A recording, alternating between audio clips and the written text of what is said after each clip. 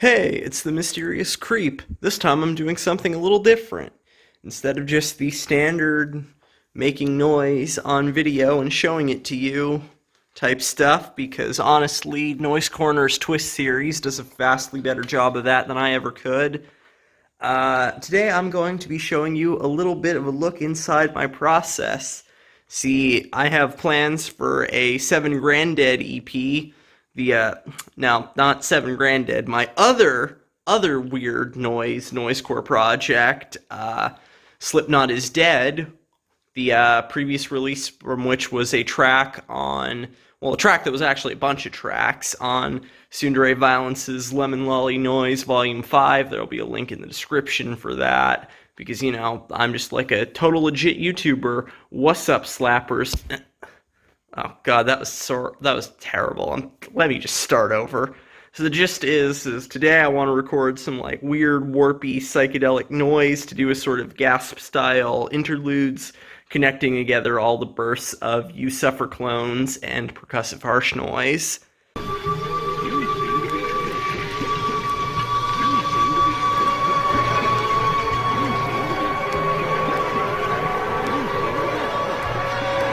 So that's what I'm going to be doing. Right now I've got the Sonic Forest hooked up into a chain with my old two pedals that you probably remember making a lot of noise with the Sonic Forest in my old videos if you've watched them.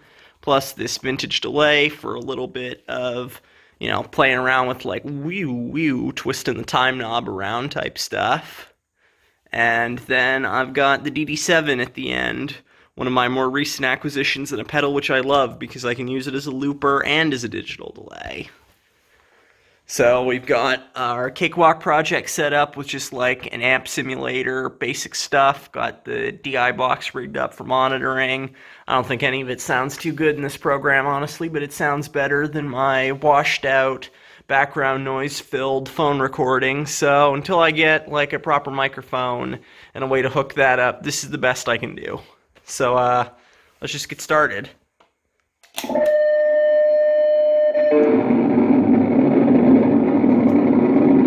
Tasty already.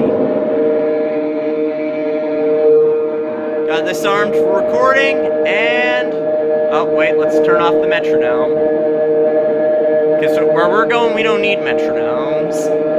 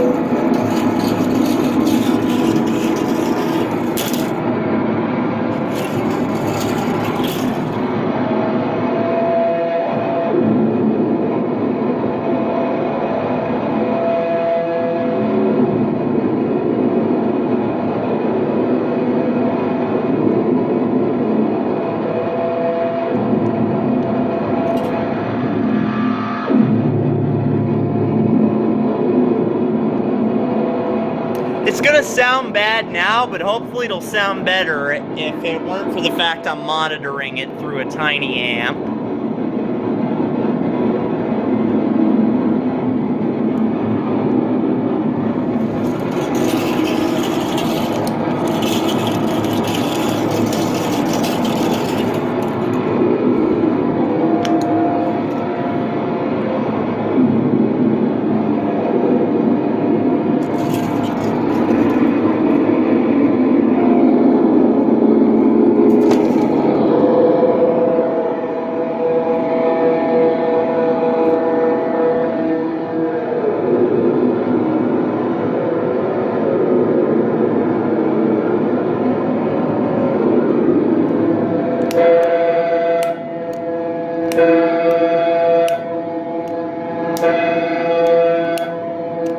Another little benefit of the DI box that you never really think about till you experience it is just not being able to hear your pedals click on and off.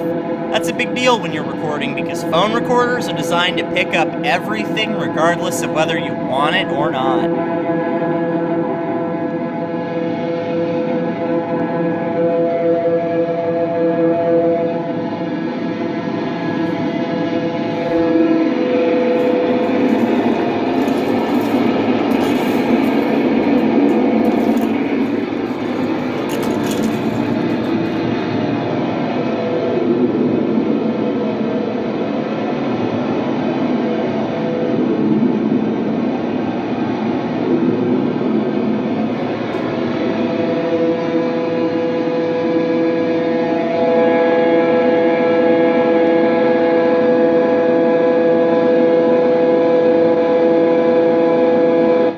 And we'll call that trippy interlude number 1. That's about like 3.5 minutes of material. Plenty to work with when we're going to be like chopping it up and hacking it all together and throwing it through a bunch more effects and just generally making a big, horrible noisecore kaleidoscope.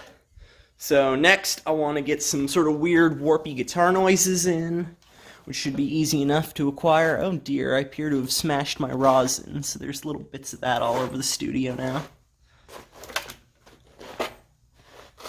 Basically, once that stuff fell out of the plastic, it was really only a matter of time before it was ground to dust on the floor.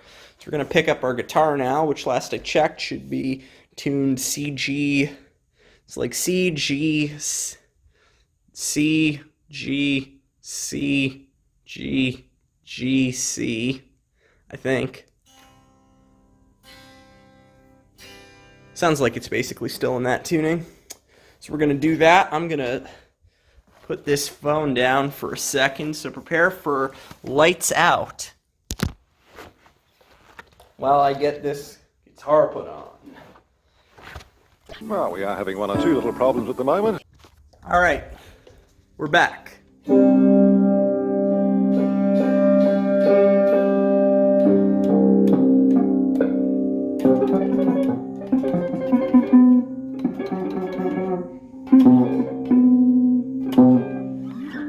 Now for this I want to get a little more sort of ambient drone-y vibes going. So I'm going to switch over from our pitch shifting crazy warping patch to our big ambient reverb and delay patch,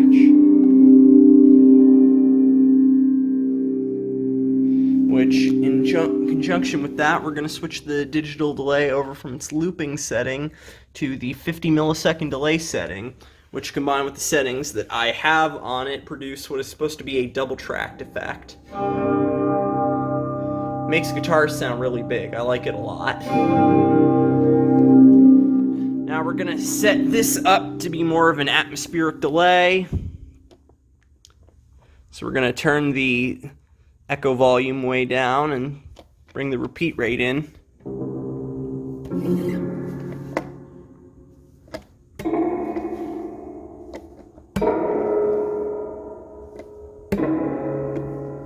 So now we got similar things going on with both of those, and we're going to set our big muff to dry, because combined with the tone and sustain all the way up, that allows us to mix in some fuzz. Now this is probably going to be the part where I start recording myself really poorly, because as you might have guessed, playing guitar requires 2 hands. So I can't hold my camera, and I can't get anyone else to hold my camera for me. Oh, God. That's a noise that was made. So what I'm going to do is I'm going to set this thing up, and I'm going to put the camera on it, and hopefully it doesn't look like garbage. Let's take a look. Well, we are having one or two little problems at the moment. Yeah, you can see me.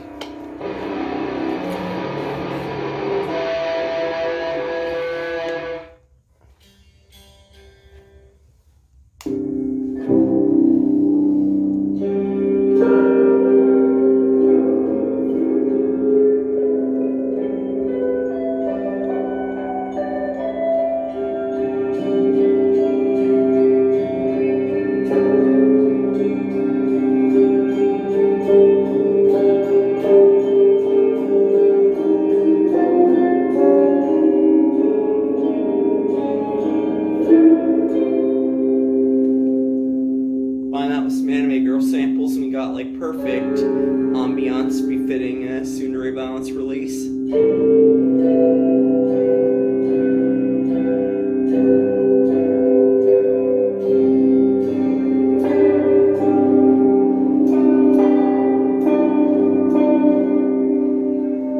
Getting real Sonic Youth with it here.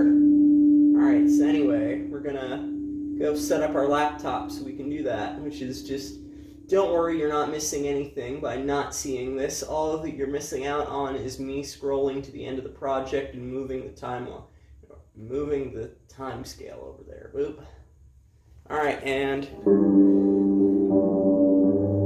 assuming that I know how to use this program, which is admittedly a bit of a stretch, we're going to record some guitar ambience. Let's go.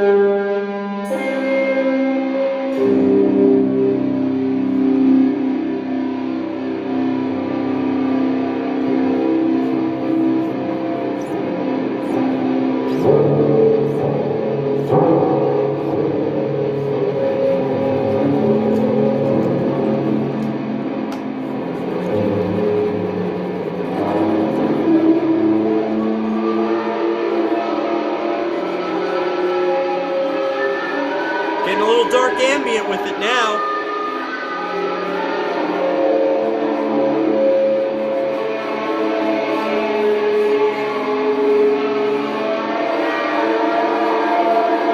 This will probably be cut up into two parts. The peaceful part, which I'll play around with, and then this part, which I'll play around with too.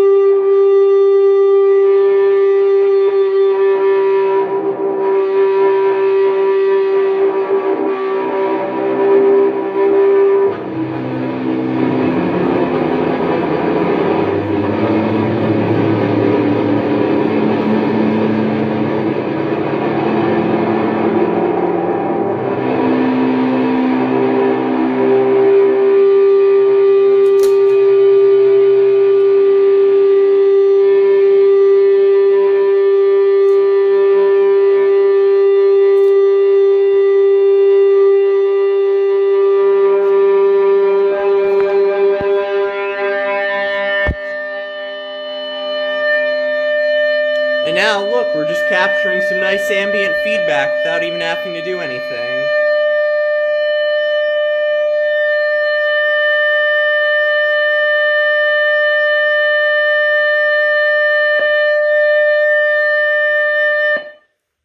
There.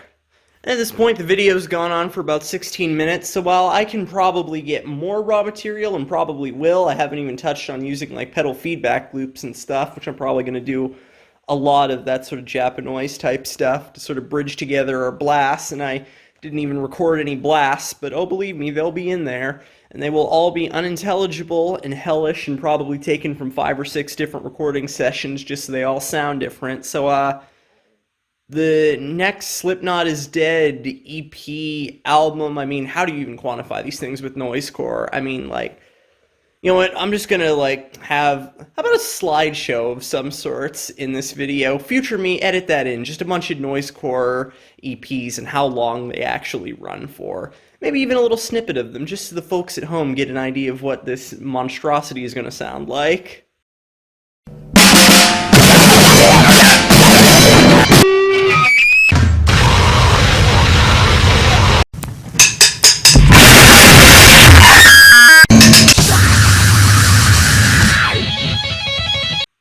And, well, this has been the Mysterious Creep, signing off.